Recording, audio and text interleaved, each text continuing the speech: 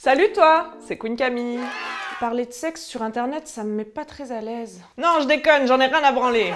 Bienvenue dans la boîte à cul, je suis là pour répondre à tes questions sur la sexualité.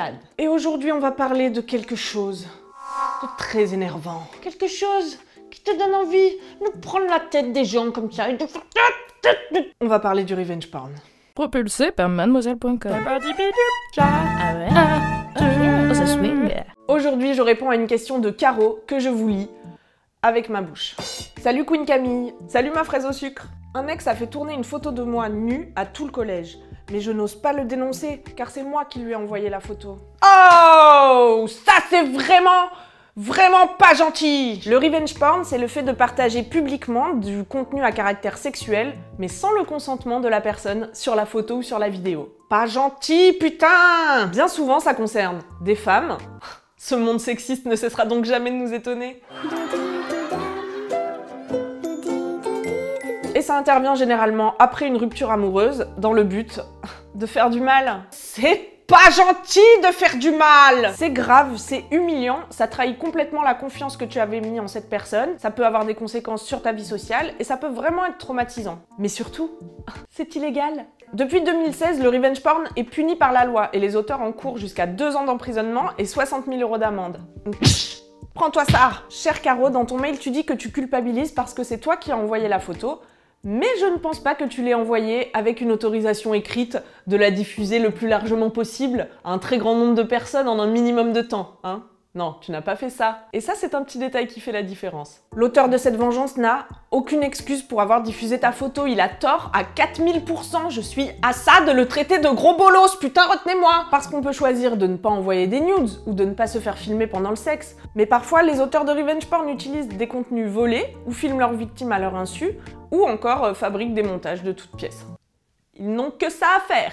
Dans tous les cas, Caro, ce n'est pas toi qui es en tort, mais bien la personne qui a diffusé ce contenu et toutes celles qui ont participé à sa diffusion d'ailleurs. La honte sur vous. Et ce qui est encore plus dégueulasse, c'est le déferlement misogyne qui suit en général la diffusion de ce type de contenu. Puisque le résultat attendu d'une telle vengeance, c'est... Attention, pourquoi les gens mettent des photos des autres gens tout nus? Qu'est-ce qu'ils attendent? C'est quoi la conséquence? Beyoncé! Non! Le slut-shaming! Oui! Le slut-shaming! Pop! Le slut-shaming, c'est le fait de stigmatiser et d'insulter une femme parce qu'elle a une vie sexuelle. No, God! No, God, please, no! No! Oui, c'est triste, oui. Mais me regarde pas comme ça, c'est pas moi qui ai eu l'idée. Hein. Culpabiliser les femmes autour de leur sexualité, ce n'est malheureusement pas une nouveauté. Sauf que maintenant, le web et les smartphones offrent de nouveaux supports pour le faire. Merci à eux. Dans les cas de revenge porn, c'est cette honte autour de la sexualité, cette peur d'être jugée pour son comportement qui empêche bien souvent les femmes de se défendre. Vous vous rappelez de Slime Girl? En 2013, un ado a reçu une fellation d'une ado lors d'un concert d'Eminem. Des gens ont filmé avec leur portable et les images sont devenues virales. La fille a évidemment été traitée de salope et le mec est passé pour un héros.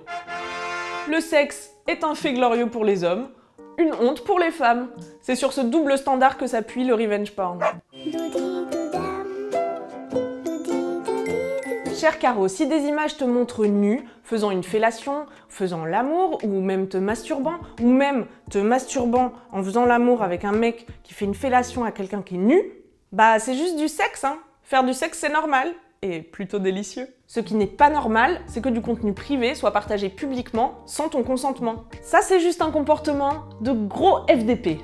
Que faire si quelqu'un, et quand je dis quelqu'un, je veux bien sûr dire un salopard qui ne sait pas gérer sa frustration, que faire donc si quelqu'un te prend pour cible de revenge porn? D'abord, il est possible de signaler le contenu à la plateforme qui l'héberge pour qu'il le retire, comme sur Facebook ou sur YouTube. Mais tu peux aussi porter plainte et en parler aux responsables de ton collège ou de ton lycée. Si tu as besoin d'un soutien psy, ça peut être une bonne idée d'aller en parler à quelqu'un qui ne te connaît pas, qui ne va pas te juger.